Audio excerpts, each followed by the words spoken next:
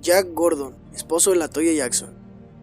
Como ya se sabe, en agosto de 1993, Michael sufrió su primera acusación de abuso.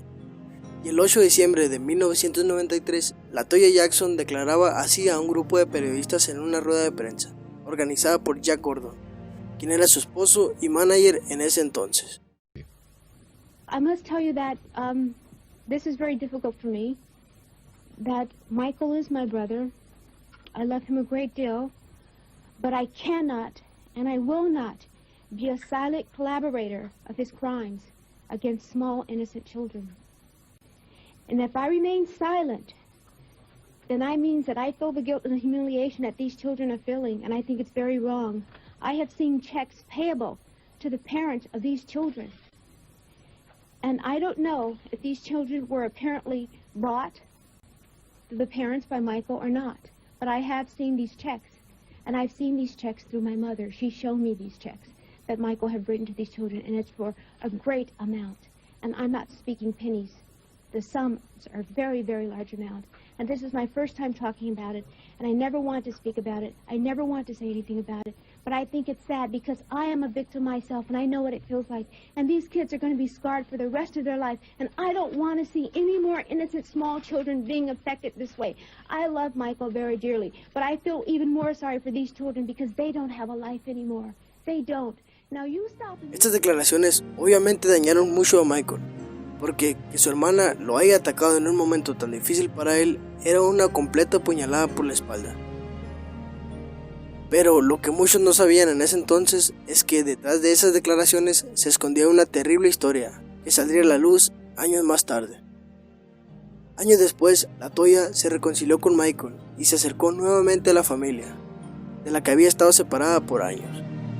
Y en una entrevista luego de la reconciliación, LaToya admitió que se casó en contra de su voluntad con Jack Gordon, el mismo hombre que la obligó a declarar ante la prensa en contra de Michael. Ella declaró que Gordon ejercía violencia física sobre ella si no salía a actuar o si no aceptaba las decisiones que él tomaba, que vivió bajo constantes amenazas de muerte. Tommy Mottola. A inicios de la década de los 2000, Michael empezó a lanzar acusaciones en contra de Sony y Tommy Mottola, el presidente de Sony.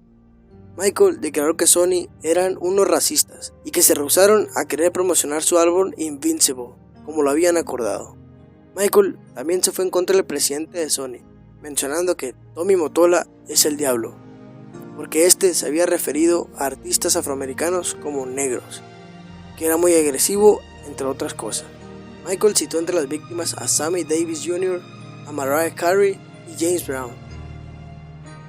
Michael tuvo altas expectativas con su nuevo álbum, Invincible. Él pensó que iba a ser un éxito debido a que sus canciones estaban mejor producidas, pero no fue así, sus ventas fueron bajas. Digo que sus ventas fueron bajas porque el álbum vendió 15 millones de discos, lo cual es un fracaso al nivel de Michael, que normalmente vendía entre 25 a 50 millones de copias. Pero 15 millones de copias es lo que vende un artista promedio, así que no fue un fracaso del todo. Esto porque Sony Records, su disquera, se negó a promocionar el álbum. Según dicen, porque se enteraron que Michael no pensaba renovar un contrato con Sony. Por todo este problema con Sony, Michael se montó en un autobús y por distintas partes de la isla de Manhattan propinó ataques verbales a Mottola y a Sony, acompañado de pancartas con el rostro del empresario. Michael solo esperaba que su contrato con Sony termine, para al fin librarse porque se sentía atacado. Curiosamente, el contrato de Michael terminaba en el año 2009 y en ese mismo año fallece Michael por negligencia médica. Curioso, ¿no? Thalía, esposa de Tommy Mottola. Muchos no saben, pero Thalía fue una gran fan de Michael. Jackson, Thalía en el Estadio Azteca. ¿Será la vez que me subí como fan para abrazarlo? Vamos a verlo, ¿no? Y nos estamos emocionando por nada.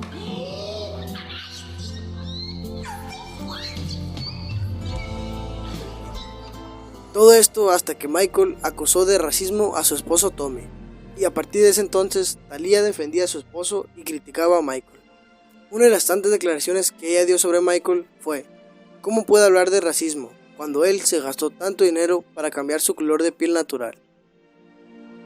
Hemos decidido, Tommy y yo, cuáles serán nuestros disfraces para Halloween. Yo me voy a disfrazar de momia como Michael Jackson y Tommy Mottola como Diablo.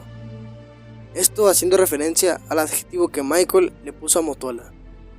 También le preguntaron a Thalía qué pensaba sobre Michael Jackson, a lo que ella respondió: lo admiro como artista, pero no sé si sea una buena persona. Martin Bashir. El 3 de febrero de 2003, Martin Bashir presentaba su documental Viviendo con Michael Jackson. Dicho documental se creó con el fin de mostrar al mundo la verdad sobre Michael, o al menos eso le hizo creer. Para realizar este documental de más de 2 horas, Bashir se fue a vivir con Michael por 8 meses. En esos 8 meses, Michael le abrió las puertas de su casa y le mostró su lado más hermoso y sincero.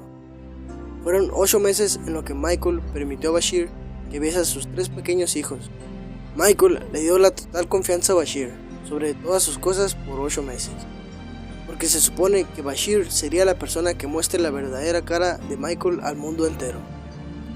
Pero lastimosamente, cuando el documental fue estrenado, Michael se dio cuenta de que todo estaba completamente manipulado, porque cortaron partes de muchas escenas en las que se le da una imagen muy mala a Michael Jackson.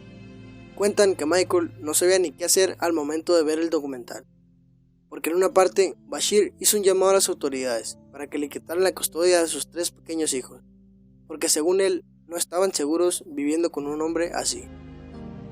Michael se sintió totalmente decepcionado y traicionado por Bashir. Michael dijo: me siento más traicionado que nunca, pues alguien que conoció a mis hijos, a mis empleados y a mí, a quien le abrí mi corazón y le dije la verdad, ha sacrificado la confianza que le di y producido este terrible e injusto programa. Lamentablemente, ese documental solo fue un empujón para que se diera la siguiente acusación contra Michael, esta vez por la familia Arvizo, ya que en una parte del documental mostraron a Michael y a Gavin Arvizo, un visitante de Neverland, agarrados de la mano, una escena sacada de contexto. Les explicaré más detalles sobre el caso Arvizo más adelante. En el año 2009, cuando Bashir anunció el fallecimiento de Michael, él dijo: documentary, there was a small part of that which contained a controversy concerning his relationship with other young people. But the truth is that he was never convicted of any crime. I never saw any wrongdoing myself. And whilst his lifestyle may have been a bit unorthodox, I don't believe it was criminal. And I think the world has now lost the greatest entertainer it's probably ever known. Lamentablemente, Michael ya no estaba vivo para escuchar su arrepentimiento.